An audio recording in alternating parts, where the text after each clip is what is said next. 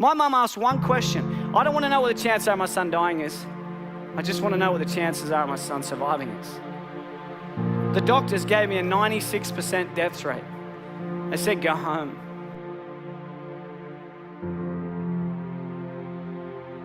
The doctor said to my mum, your son, he will never go to school, he will never play sport, he'll be a housebound baby, and if he reaches his teenage years, it'll be a miracle. Nobody in your life will tell you what you can do, they'll only ever tell you what you can't do.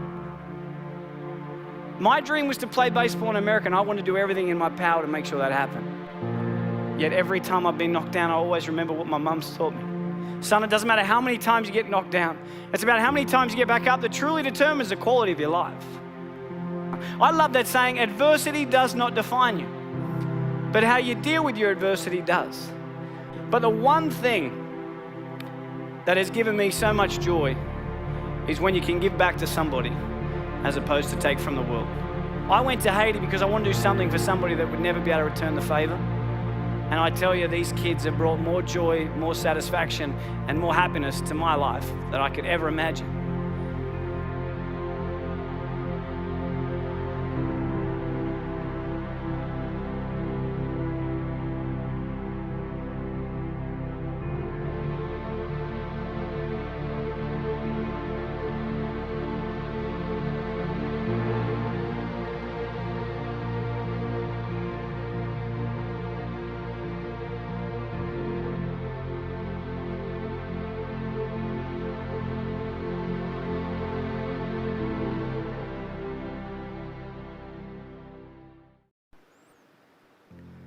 I stand here in front of you this afternoon, not as a professional athlete, not as a famous skateboarder.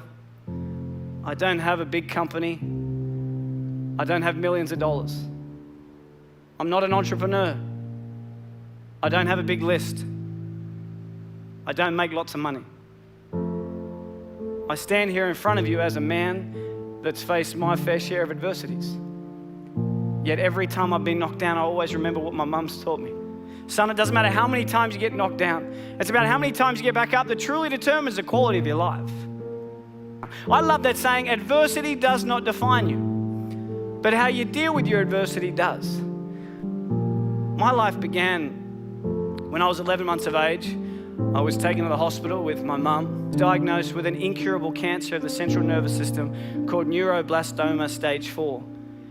Doctor said no chance of survival, take your boy home and allow him to live the next few months with his family because there's nothing that we can do. But like everybody in this room, we all have choices, and the choices that we make each and every day can reshape and remold and redefine our future. My mum asked one question. I don't want to know what the chances are of my son dying is. I just want to know what the chances are of my son surviving is. The doctors gave me a 96% death rate. They said, go home. But my mum looked at my glass being 4% full and not 96% empty. I started chemo on my first birthday. My chemotherapy cycle was 9 days on, 3 days off, 9 days on, 3 days off. Not for weeks, not for months, but for years. I was on that same cycle until my 4th birthday when a doctor came in and said, Kerry, we're sorry, the treatment's no longer doing the job. We need to go into surgery. I went into surgery. 6 hours later, the doctors came out and said, we didn't get it all. There's now nothing we can do. My father and my 3 older sisters were flown from Coffs Harbour down to say goodbye. But the next day, a doctor came in from America. He said, we're trialing a drug, it's called DTIC. Never been trialed on humans before, only on animals. We're gonna trial it on 25 kids. And I truly believe that outside of love, hope is the most powerful word in the English dictionary. This instilled hope into our lives. Within 1 month, 20 out of the 25 kids had passed away. Within 90 days, 24 out of the 25 kids were dead. My mum, she would sit there and she would watch a doctor come in and zip up a body bag and wheel them out because of the same drug that she chose to put me on. I say to people all around the world that I'm one of the lucky ones. But I never say I'm one of the lucky ones because I'm still alive. I say I'm one of the lucky ones because I wasn't my mum. My mum had it tough. She had to make a choice to inject the drug into a child that has killed everybody that had ever taken it. I was on that drug until my 7th birthday, until one day I was finally allowed to go home. The doctor said to my mum, your son, he will never go to school, he will never play sport, he'll be a housebound baby, and if he reaches his teenage years, it'll be a miracle. But we believed in miracles. And my mum wanted my dreams to come true. When I was lying in hospital, as you can see in the pictures, I had to have the needle in my head. And my mum bought me a Velcro glove and a Velcro ball. And she'd sit out at the end of the bed and she'd lob the ball to me. I'd catch it and I'd throw it back till she gets further and further away, until eventually I said to her, I have a dream, and that dream is to one day play baseball in America. And people laughed at me. Nobody in your life will tell you what you can do. They'll only ever tell you what you can't do. My dream was to play baseball in America, and I wanted to do everything in my power to make sure that happened. And there was a lot of hiccups along the way. A lot of hiccups. I had my first heart attack when I was 12. I had glandular fever, I had bacterial meningitis. But people kept telling me I wouldn't do it.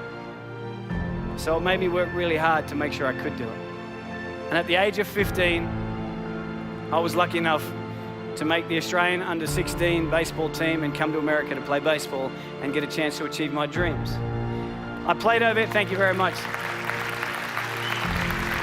I played over here when I was 15, 16, 17, when I was lucky enough at the age of 17 to sign a contract and live in America and play baseball. But as you know, life is like a roller coaster. You can get to a pinnacle point in your life and it can get taken away from you in a heartbeat. At the age of 18, I was playing baseball in Phoenix, Arizona. I slid into a base at second and I woke up 3 days later. And at the age of 18, I suffered my career-ending heart attack and I was sent home. I was a depressed boy. I thought life wasn't fair. And I got a job in one of the most boring industries on the planet. I got a job in banking, no disrespect to anybody in finance. But in 12 months, I was the youngest bank manager in Australia. Within 2 years, youngest area manager. 3 years, youngest state manager. Within the 4th year of being with this company, I was the youngest national sales development manager for one of the largest companies in the world. At the age of 23, I had 600 staff, had 120 banks around Australia and New Zealand. I made lots of money. I lived in $1 million house, had a $100,000 sports car, wore the Armani suits and the Rolex. But one day I received a phone call that changed my life forever. My mum and dad separated, and I invested the money that my mum received from the settlement. And unfortunately, that was about 2 months before the GFC hit, and I lost everything. And I couldn't take care of my mum, so I had to put her in a trailer. I got really sick, I got taken to hospital, I had bacterial meningitis, had fluid on the brain, and then I had a stroke down the right-hand side of my body. And I would pray every night, but I wouldn't wake up in the morning. I just wanted God to take me. But I kept waking up every morning. And I realized all I need to do is give back to the world.